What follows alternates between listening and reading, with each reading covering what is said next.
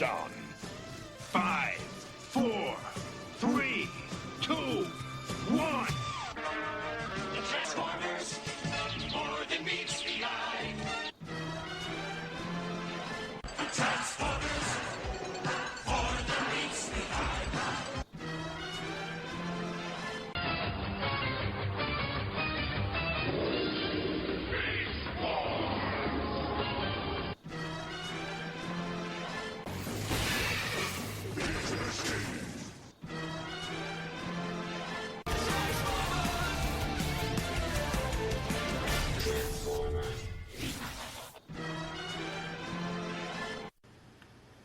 Hello and welcome to episode 63 of ToyCast. And no, we are not back yet. This is yet another special episode because San Diego Comic-Con 2010 is happening right now. We are recording this July 22nd, 2010, Thursday evening.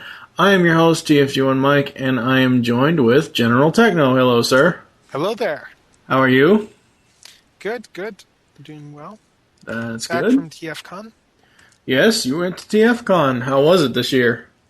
Well, it's the same as every year. It's phenomenal. Great show. That's one way to just sum it up without going into detail. Well, there's going to be a show on that, so I don't really Yeah. want to What else have you been up to besides TFCon? Not too much. I mean, just, it hasn't been all that much going on, so Yeah. I don't get up to much, so.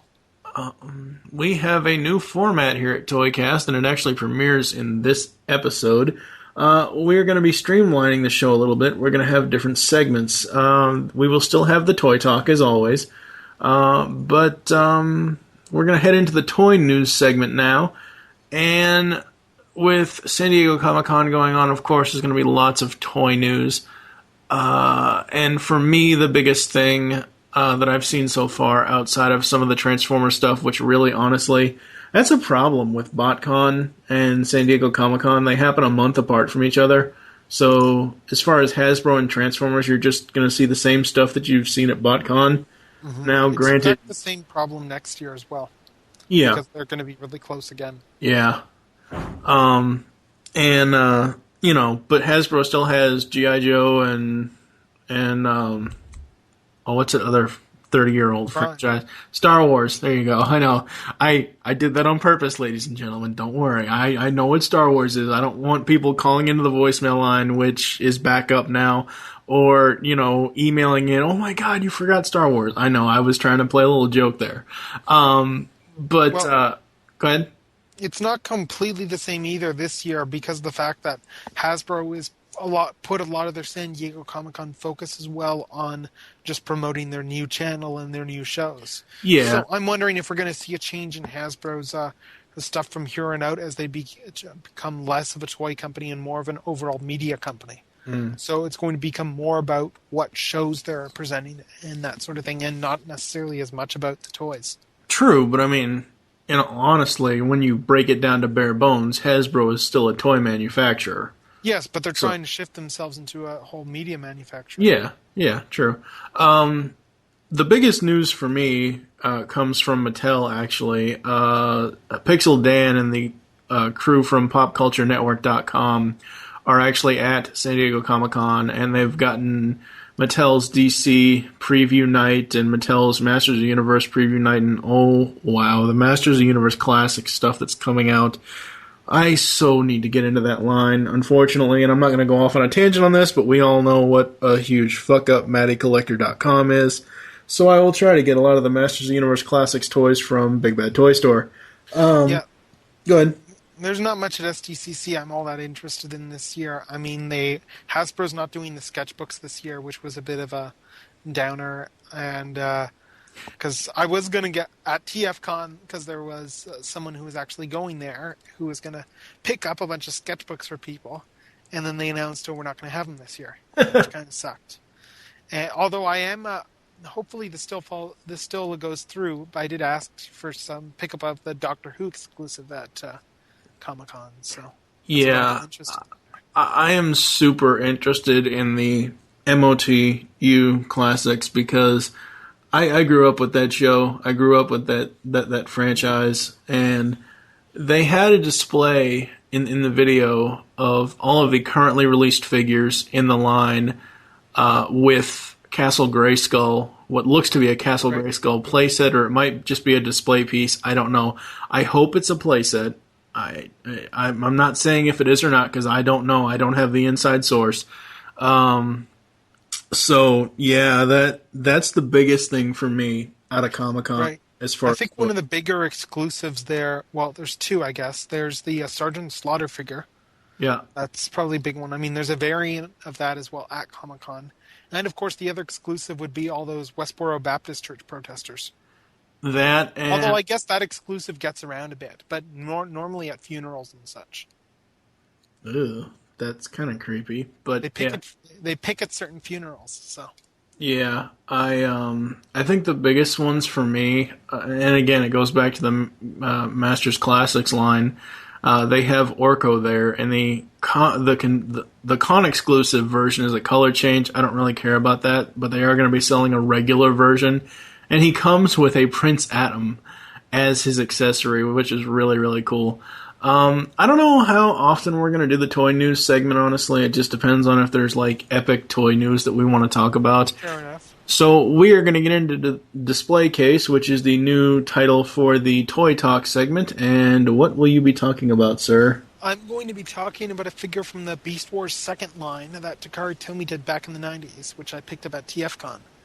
This is, now just to give a bit of background, Beast Wars second was a filler anime that Takara ended up commissioning back when Beast Wars was out, because Season 1 of Beast Wars had aired in Japan. They didn't have Seasons 2 and 3 yet. They were waiting on those because they did both Seasons 2 and 3 as one series, Beast Wars Metals.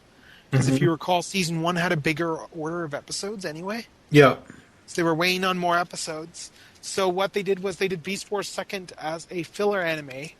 And what they did in that for toys is...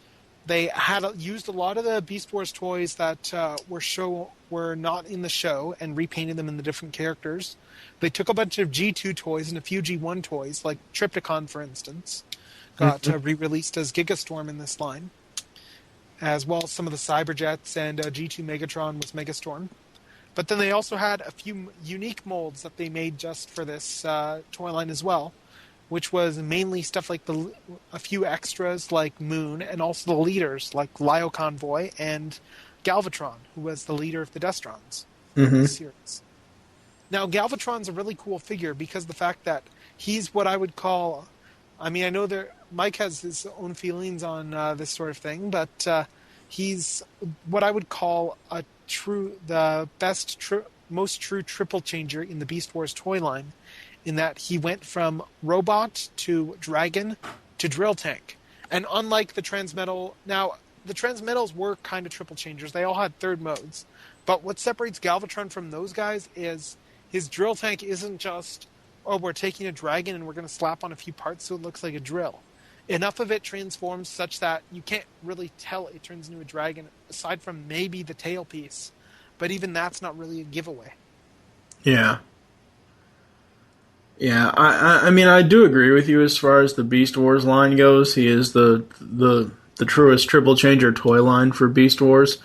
But, you know, I go back and listen to the episode of the Beast Unleashed podcast where we talk about Bad Spark. It was episode 13, because we also talked about Coda Hero in that one. Go back and listen to episode 13, and you'll hear my thoughts on who I think Beast Wars triple changers are. What else would you like to bring up with Galvatron? Well, he's a pretty cool figure. He, as I mentioned, he's got a really involved transformation. Like all three modes, there's a lot that changes really, really subtly. He's one of those figures where you move a lot of parts in order to transform him in either mode. Mm-hmm. He's got very good posability, like a lot of Beast Wars toys. Like, I mean, some of them were bricks in Beast mode, to be fair, and then they were really posable in Robot mode. But Galvatron isn't one of those figures. He's got a fully posable neck. He's got, like, his mouth opens and closes. His legs and feet are very posable as well. His wings can be moved around. They can be deployed into their weapon mode because they've got a claw mode for the wings that can go out in either of the modes. He's got a flapping action on the wings. He's in drill mode. There's a button you can press in order to spin his drill. He's got missiles that shoot out of the tail, which then can also become missile launchers on his forearms in robot mode. And then his wings can detach and become a claw weapon as well. So, like, he's a very well-armed figure. He's got a very nice deco, like a lot of the Japanese figures. And his colors are really good. Like, they're evocative of G1 Galvatron. He's predominantly purple, different shades of purple with some gold on him for the drill. And honestly, I'm not sure if this is the gold or if it's something else, but I'm going to have to bring up an issue that I just had with mine just today, actually. Because the last few days, like, since I got home, like, I've really been fiddling with this guy since I fiddled them with it when I got him on Friday, and I've been fiddling with him the last few days. And I'm suspicious that he's plagued by the gold plastic syndrome that a lot of the Beast Wars toys were known for. Mm-hmm. Because the fact that I was transforming him, and the back of the heel on one of his legs broke off. Oh, really? It's broken a bit further since. It doesn't. It kind of fits in now. Like, it's normally pretty well attached, but I think it just must be because wasn't putting any super undue stress on it. So I'm wondering if it's just an issue of the plastic, because I wasn't bending it really in a way that it can't bend. Yeah. But yeah, I mean, it's kind of minor in that it still fits in fine. Like, I can still display him fine in either mode. It's not going to affect him horribly, but it's just one of those things that's kind of inconvenient because I just got him and everything like that. Yeah. But yeah, overall still good figure. And what I would recommend for people looking for this toy is there were actually two versions of these toys that were done. There were some that were done for the Korean market as well. These ones come in different boxes, and I don't believe they have rub signs either, because this guy does not have a rub sign where the Japanese one would have one. He's got the indent for it, but no rub sign. Yeah. But anyway, these Korean figures, the advantage to them is that they've got bigger boxes and stuff, but they're easier to get because they're made for a different market. You can generally find them cheaper. Like, I'm pretty sure I've seen one on BBTS, for instance. Mm-hmm. I'm just running a quick search right now. Yeah, Yes, I just found him on BBTS. You can buy him right now for $30 on BBTS. It's not bad. Yeah, as I said, like, these guys, they're not hard to get in the Korean boxes. Yeah. You know, when you showed me pictures from TFU about this, it was, and obviously it takes homages from the G1 toy, except, as you said, it's a true triple changer, not just a crotch gun trigger thing. But yeah, I as soon as I saw the picture of the robot mode, I'm like, oh, it's G1 Galvatron in slightly different colors or a slightly different design. Right. Just as far as the way the robot mode looks, though, because the legs and the shoulders remind me of the G1 toy. Actually, the legs are almost a criticism on this toy in my mind, because the way his knee joints are built in robot mode in order to accommodate all the other modes with the different robot legs and the treads, they're actually placed really oddly in that the upper legs are really far back. Like, the lower legs stick out a lot further than the upper legs. So there are some balance. So he is a bit back heavy just in his design. But that's kind of rectified because he's got the drill hanging off of his back in robot mode. So you can use that as kind of a third leg in order to prop him up. Oh. So, I mean, that resolves... I mean, he's engineered such that, yes, there's a design flaw, but they kind of rectify it just by the way the robot mode transformation works. Because they're all ratcheted joints, but the knees are still too weak in order to properly support it. Like, they won't bend, he'll just fall over. Speaking of stuff falling over... But yeah, he's a good figure. He looks good on a Beast Wars shelf. And I'm just going to mention this to you very quickly because it's a slightly off topic. I just noticed this as we were recording. But another thing that I got really cheap was a pterosaur, and from Beast Wars, like the original one. Mm-hmm. And what I found really neat was when I bought it, from the guy, I got so cheap because, as far as I knew, it didn't have his weapon with him. Oh. And then I just noticed while we were recording, I noticed, there's something there sticking out behind the head. What is that? Could that be? And sure enough, he does have a gun. Cool. So this pterosaur has a gun, and his gun is really cool as well because it actually flips. It flips in two, so it's a really stylish looking gun.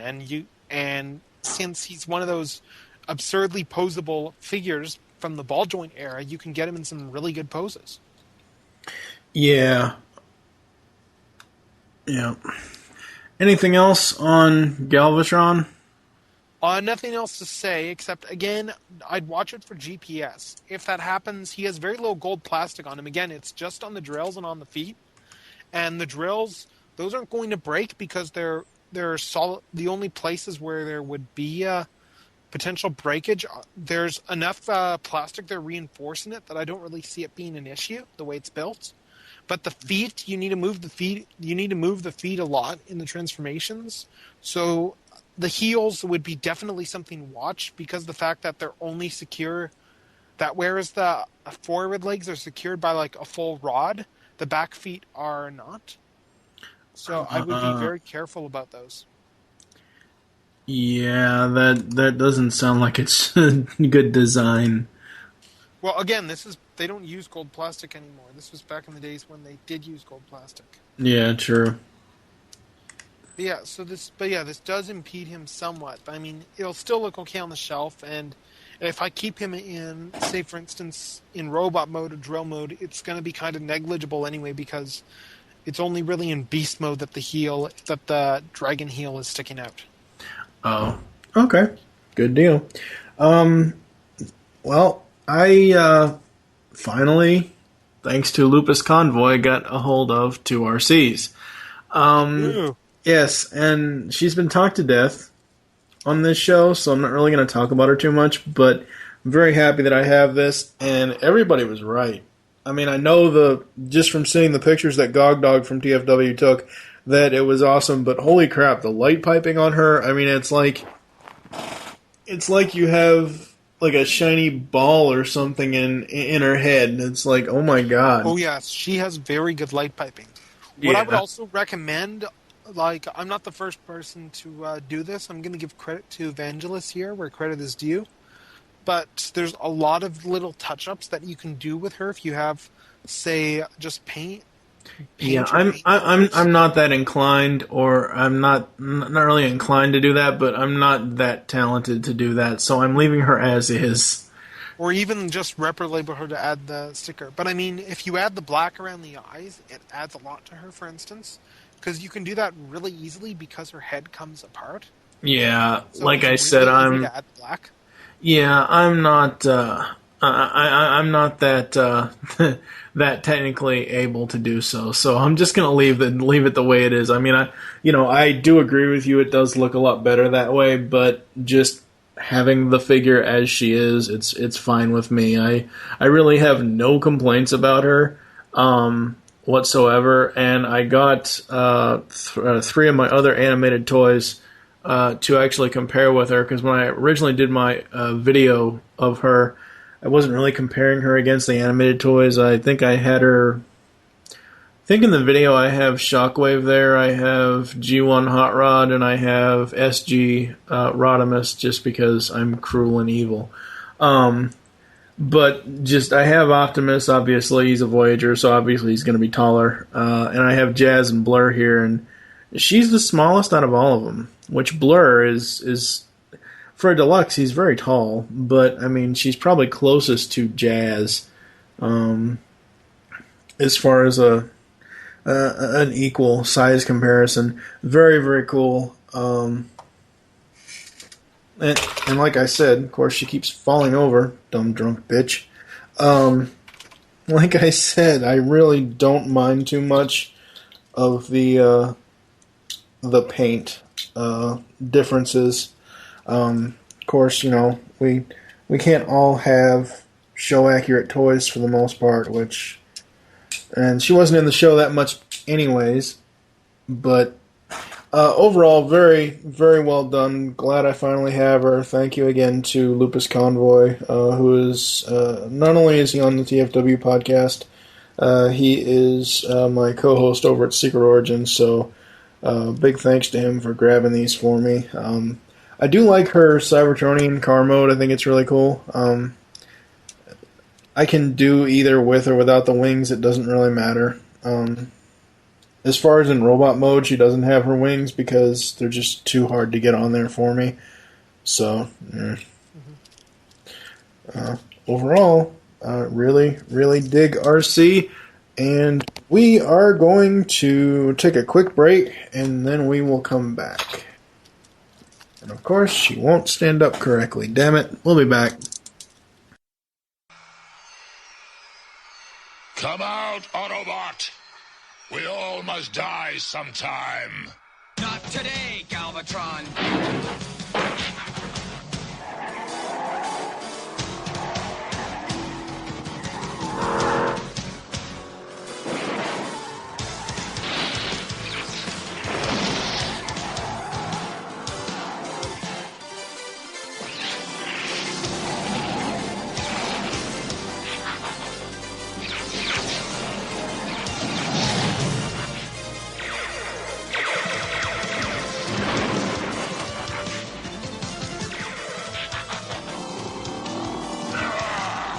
Cybertron is our home planet. We must protect it from the growing Decepticon menace. Decepticon. Can't you shut her up? She makes Blitzwing sound like he's got his head screwed on straight. We are back, and ToyCast, as I said, has a new format. Now we are going to have a discussion topic along with the Toy Talk. You just heard us talk about Transformers Animated Arcee and Beast Wars II Galvatron. Right now we are going to be covering, sort of, San Diego Comic-Con 2010. We will be specifically talking about some of the Transformers news, especially the Transformers Prime panel. Right. I kind of feel like bringing up some of the G.I. Joe stuff as well, since that's probably not going to get covered anywhere else. If you want to.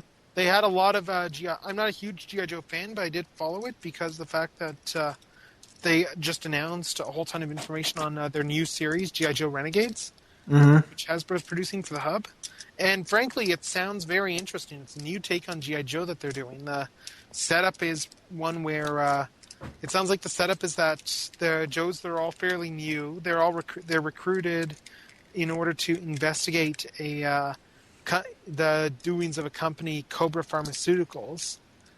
Anyway, one thing leads to another, and they're all branded as they're all framed and branded as fugitives, and thus that's where the Renegades name comes from. In that it's almost like the A team in that sense, in that they're wanted on the run sort of thing, like from trying to clear their names. Yeah, I'm curious how much of that. I imagine that they're probably still getting support from certain quarters because we've seen that General Hawk. Doesn't look like he's being called a Hawk in the series. They're having him go by General Abernathy, like his real name. Mm-hmm. But Hawk is indeed in the series, even though he has a very different design, and there's some pretty cool designs for it. The designs look really good. Like Snake Eyes looks good. I mean, all the Joes look good. You've got some movie influence, like Ripcord, for instance. And Destro has a really cool design. He's a guy in a suit, like he's in a business suit with the Destro helmet. Very noir looking. Like he looks really good. Cobra Commander is similar to the IDW version in that he doesn't have a helmet. He just has the battle mask without the helmet. Yeah. So his whole head is just the mirror mask. Baroness looks cool. The biggest departure really is, I would argue, is Dr. Mindbender. Because he looks, aside from a purple shirt, he looks nothing like Dr. Mindbender. I mean, he's wearing a shirt. That enough should tell you that. Yeah. Like, he reminds me a lot more of, like, just... I think they're going to use him as more of the young whiz, a scientist sort of thing. And that he's developing a lot of stuff. And it looks like Mars, like Destro's munitions company, is going to be in this series as well. And they're planning it for the long haul. Like, they're planning it for several seasons, which... It sounds very interesting. I hope that this show does well. Yeah. Because the designs look good, and they've got some solid voices. Like, they've got James Marsden voicing Duke, for instance. That's pretty awesome. They haven't announced any of the others, although they've said the original voices for Duke and Scarlet will be in the show. They just won't be Duke and Scarlet. They'll have other roles. I hate crap like that. No, I don't mind it because these voice actors are all really talented people. I'm sure they are, but again, they're different characters. They're very different characters. So yeah, true. I have nothing against it when they do stuff like that because we're not getting the same GI Joe. We're getting a different one. Yeah, true. And for both, the G.I. Joe thing is more of, like, for me, I love the old cartoon, the 80s, the Sunbow cartoon, but it's more of something that you and Steve Megatron could probably talk more I've seen very little of the Sunbow cartoon. I did read a few months ago, I did get my hands on a means to read Larry Hama's run on the G.I. Joe comic. Yeah. And that actually makes me really excited because I assume you've heard about this, but they are relaunching his original Marvel comic, IDW. Yeah. Like, the free comic book day issue was 155.5, and 156 just came out this week. I didn't realize it was out, otherwise I would have picked it up. Yeah, it's getting very good reviews. So, and he basically just picked up, we did some he did some modernization and updates, but it's basically, it's a sequel to his, it picks up where his old comic left up.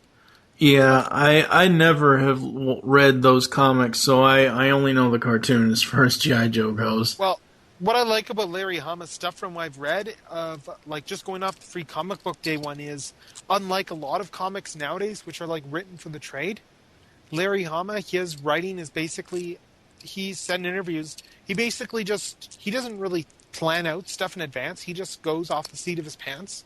So he doesn't know how long stuff is going to be necessarily. He's not a very good writer for them to write solicits for, because he's not necessarily sure what he's going to be doing like 3-4 issues down the road when he's writing an issue. Mm-hmm. Because it can go anywhere. Like, a lot of the backstory was more just he put something in and was like, oh, this is interesting that there's a similarity between these two characters, and then in terms of like they have this same tattoo, and then he delved into it later on. Right. Yeah. And made that into a backstory. So getting back to SDCC, the Transformers Prime panel. Awesome news, especially for me, who I was holding out on this. But I was speculating that it was going to be, and I know that this is wrong now. And obviously, since Hasbro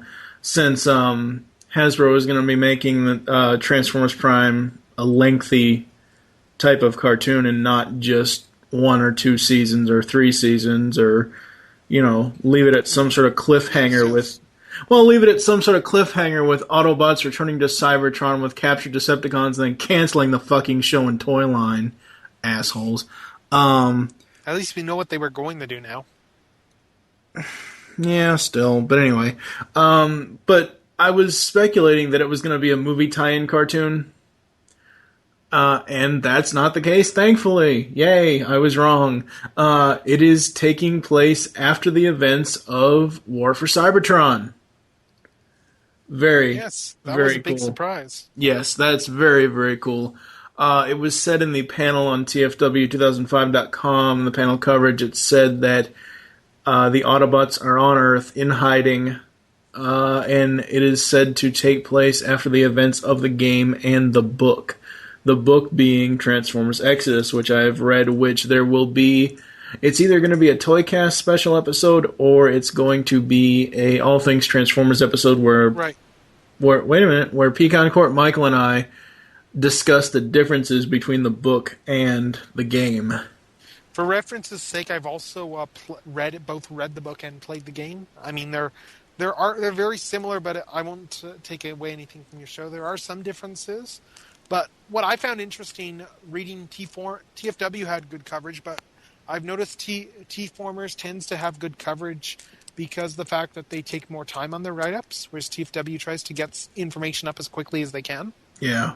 But like one tidbit that T-Formers had was that the story Bible that they have for Prime, which I guess is just Hasbro's Bible for Transformers nowadays, like this new continuity they started with War for Cybertron and Exodus. Mm-hmm. It's 350 pages long.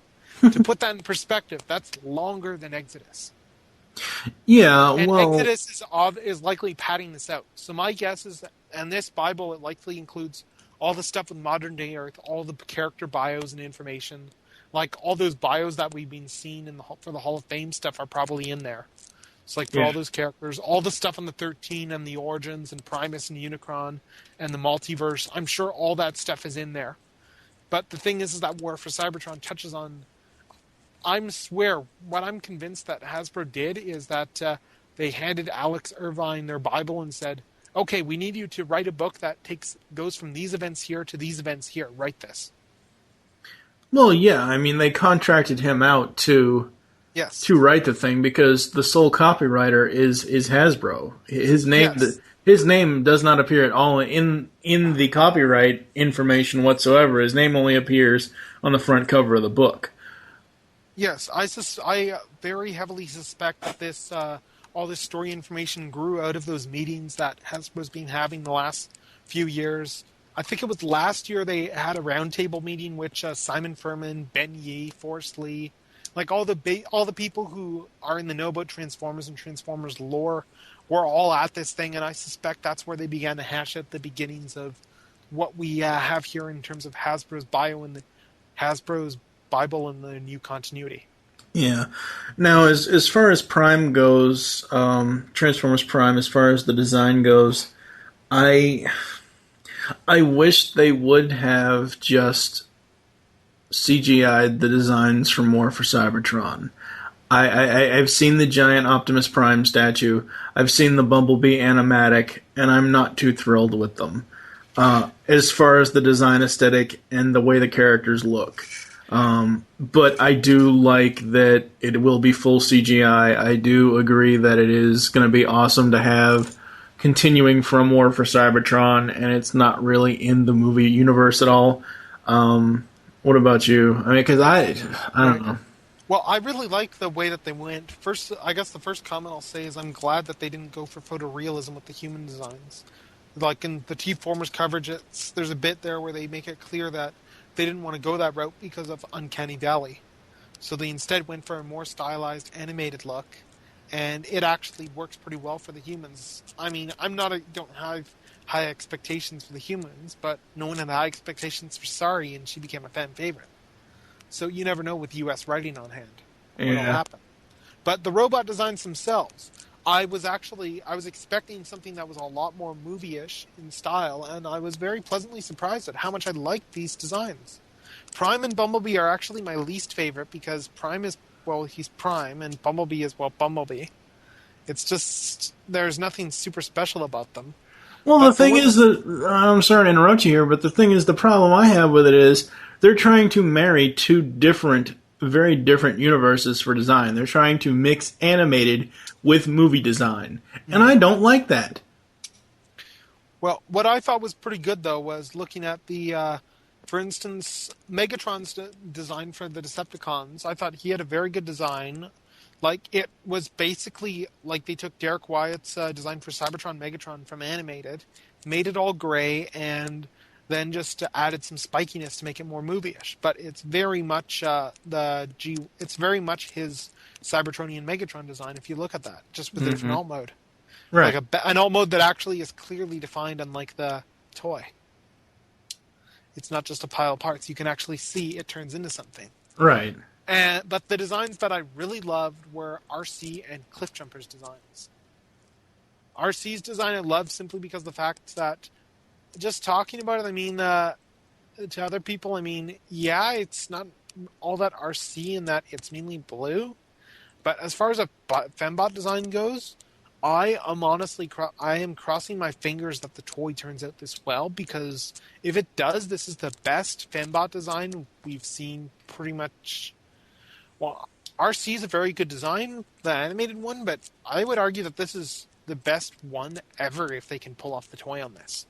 See, that's the thing, though. We won't know until they decide to actually make toys, because as of right now, there are no plans to make toys based on the cartoon designs. Oh, I don't. We're going to get toys eventually. Eventually. I'm not right, but I'm saying as of right now, whereas this is almost the end of July, Hub premieres in October. You know, yes, they said that the show may not premiere with Hub. Right. Sometime down the road. What I'm anticipating is that we're going to see toys. We're not going to see toys at launch, but we're going to see a very small toy line, which will probably just have a few things alongside the movie at most. Like maybe they'll use Generations or something like that to get these out, but we won't see very many. And then once the movie has died down, then we'll see a full line, because Hasbro is setting up Prime as a series that is going to expand. And the thing about that, too, is that gives them time to introduce a lot of characters, so that by the time the toys come out, all of these toys will have shown up on the series already. Right. And may still be showing up. But yeah, and Cliffjumper, I love his design because he's got a design that fits his personality. His head is very animated in style. It reminds me a lot of the animated Cliffjumper head, which I love. And the body, it's unmistakably Cliffjumper. It's got a very good silhouette. He's bulky. He's stocky. He's got the same type of chest that G1 Cliffjumper had. Mm-hmm. It's a really phenomenal design, Cliffjumper. Yeah. I love this Cliffjumper design. And an honorable mention has to be given to the Decepticon Soldier design as well. Yeah. As far as the voicing for this cartoon, holy crap. After getting a lot of the links and everything else from TFW and everything else, I went over to one of my favorite forum sites, earth2.net, because I posted a topic over there for Transformers Prime and, for news links and, all that stuff. And I put up the tag that I have for the Cullen and Welker video thing. TF Prime, yep. Cullen and Welker back in the saddle again. Because, oh wow.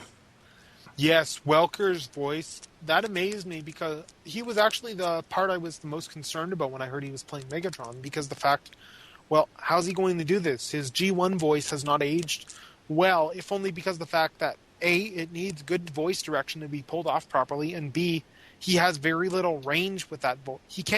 He even says in the video, one of the problems with that voice is that he can't do very much vocal range with it. Yeah, it's because it's high and it's up here and it's like this and Yes, and he has gotten older, and that voice was one of his harder ones to perform even back in the Sunbow days 25 years ago. Yeah.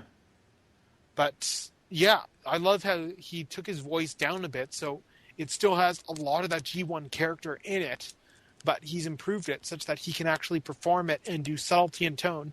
And he'll still reach those high points that G1 Megatron reached. So he still does his voice in these high points. But yeah. you can also bring it low. Yeah. Let's go high in range! No. Stop that. But yeah, it's just so awesome. And Cullen, I mean, it's Peter Cullen. It's just, there's no, you don't mess with G1 Optimus Prime voice style. You just don't. That's especially coming from Cullen. I mean, it would be different if it was Optimus Primal, which is a completely different character, or if it was Optimus Prime from Animated, which was David Kaye. So, but if you're going to get Cullen as classic Optimus, you don't have him mess with that whatsoever. Yes. I honestly don't expect Bumblebee to speak. I suspect they're going to damn, I was hoping they would port over Johnny Young Bosch. Well, part of that is simply because of the fact I like Johnny Young Bosch in War for Cybertron, don't get me wrong, but also because in Exodus they explicitly mention the whole they work in a mute Bumblebee. That's where Hasbro's going forward, a Bumblebee who communicates through the radio. I think he's going to be like that in the show. But I hate that. But also one thing with that needs to be brought up as well is that Ratchet design that's really cool. That's Jeffrey Combs voicing him. Yeah, Jeffrey Combs. If you've ever seen, I know him best from, because when I started looking him up and found out, holy crap, he did all these characters on Star Trek Deep Space Nine. Yep. If you want to get an idea of Jeffrey Combs' range, watch Deep Space Nine. He's played several different characters on there because of the fact that they have makeup. And Wei Yun is probably the one he's most obviously known for. So. Yeah, I hate to pick on you, buddy, but you're pronouncing his name wrong. It's not Coombs, it's Jeffrey Combs. Okay, my mistake. I thought it was two O's. So. No. It's Jeffrey Combs, and I mainly know him from voicing the Question in JLU. Right. Which, that was just awesome. I like what they're going to be doing with Prime. I'm still sketchy on the design aspect of the cartoon, but I'm very happy that it's War for Cybertron continuity instead of Movieverse. I said it a second ago, I hate the fact that they are bringing over movie stuff like a mute Bumblebee. I don't like that. Honestly, as far as War for Cybertron continuity goes, I'm honestly suspecting that what it's basically going to be is not necessarily War for Cybertron specifically, but more generally in terms of this is the continuity outlined in Exodus. This is the new continuity Hasbro's using going forward. I would honestly place Exodus above War for Cybertron in canonicity because I think that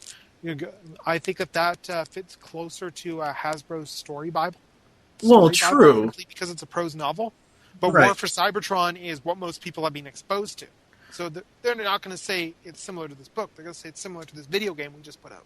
Right, but I mean, the thing is, though, as far as continuity-wise goes, Exodus is, according to the book, it's the unofficial history of War for Cybertron. So... It says the War for Cybertron. It doesn't say War for Cybertron is in the game. Okay, well... You know what I mean. But, yes. Yeah. But even so, one of my biggest complaints about the book is that they make Bumblebee mute. And I'm thinking, okay, well, they make his character, just from what I read in the book, they make his character like this kick-ass spy bot who sneaks around for the Autobots, finding out stuff that nobody else would find out about, because technically he is the smallest one. And then they go and do the fucking movieverse thing of him being mute. I hate that. I don't like it. If you're going to make him have some sort of kick-ass spy bot personality, give him a voice to go along with it. Now, if you had said something like, oh, he's like animated Blur, where he can spy on people for decacycles and decacycles and not say a word and keep to himself, but he still has a voice, that's fine. But just bringing over a mute Bumblebee from the fucking movies, I hate that. Yeah, I'm not a fan of that, and I get that they'll probably use that for the appeal. But it's actually funny because this afternoon, I'm not going to mention this on this show because it could take a bit of time, but I actually suddenly got a flash of inspiration for a new way to do a Transformers series that hasn't been done, that I don't think anybody's actually done before. That would be a new take on the mythos.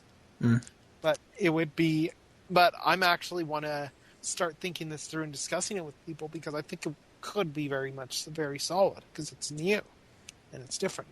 Hasbro won't do it, but it's still it could be a very cool idea even for fan fiction. Yeah. Overall, just from what we've seen, and right now it's only day one of SDCC? Yes, it is. I don't think Hasbro has any more panels, though, mind you. Oh, okay. Well, I mean, just as like SDCC in general, as far as toy talk and all that stuff.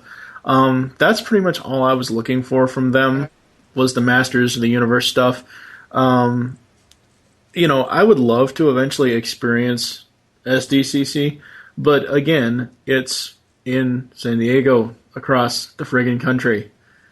I had a bad enough time when I was living in Mississippi in the Central Time Zone, let alone going out to the Pacific Time Zone for a vacation. Ugh. Do we have anything else we want to say about SDCC? I don't really think there's much else to bring up about it. I mean, it's as far as Hasbro stuff goes, as far as the toys go, it's been a somewhat lackluster show. But again, that's because of how close it was. When's BotCon? When is BotCon next year again? June 2nd to the 5th. Well, BotCon, they might not have the same problem because BotCon was the end of June this year.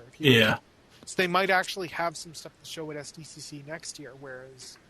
Because last year, BotCon was around the same time, but they had new stuff to show at SDCC, like Bludgeon and Ironhide.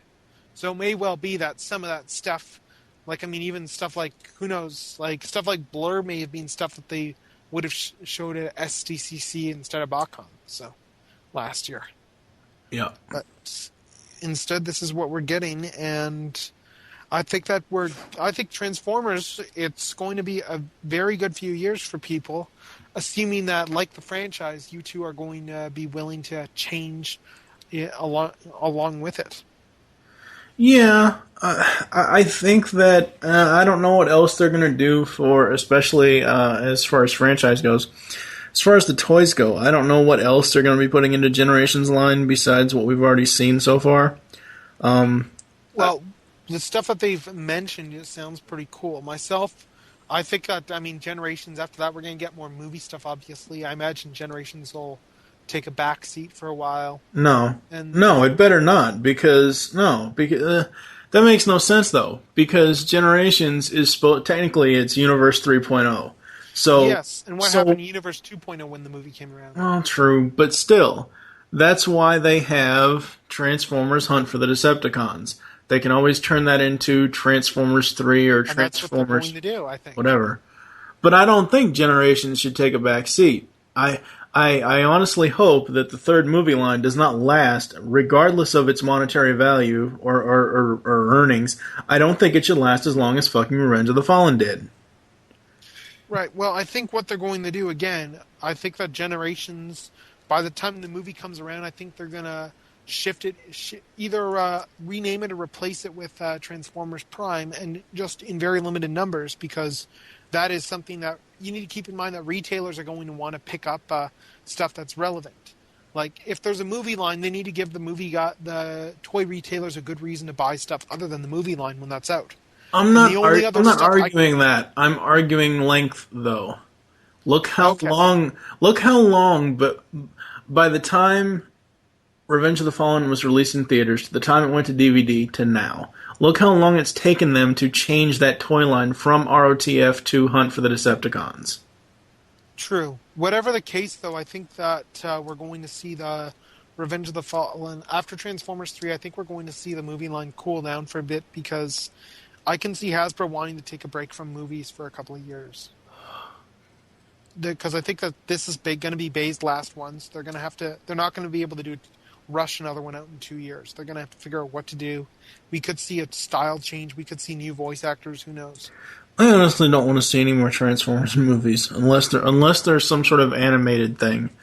I honestly don't want to see any more Transformers live action films outside of the third film, just to finish off Bay and get him out of that fucking franchise. Yeah. I've said it before, and I'll say it again. Michael Bay raped my childhood like Starscream rapes giant metal bugs. But anyway. So, thank you for joining us here on ToyCast. There are several ways to get in contact with us or leave feedback for the show. Visit the website, geekcastradio.com. You can comment on each episode post. Join the forums, ParadoconEmpire.com/Nexus. Leave the show's feedback in iTunes. Please do this. Follow us on Twitter. The show name there is TFToycast. Mine is TFG1Mike. What is your Twitter? Mine is General Tekno. Become a fan on Facebook. Search Geekcast Radio Network. The voicemail line is back. Tell us the show you're leaving the message for and your name. 502-526-5821. We hope you enjoyed this episode of ToyCast and wish you'll join us next time. Be sure to visit BigBadToyStore.com for all your Transformers and other toy-related needs and more. For now, I am TFG1Mike with General Tekno. Thank you for listening. Until next time.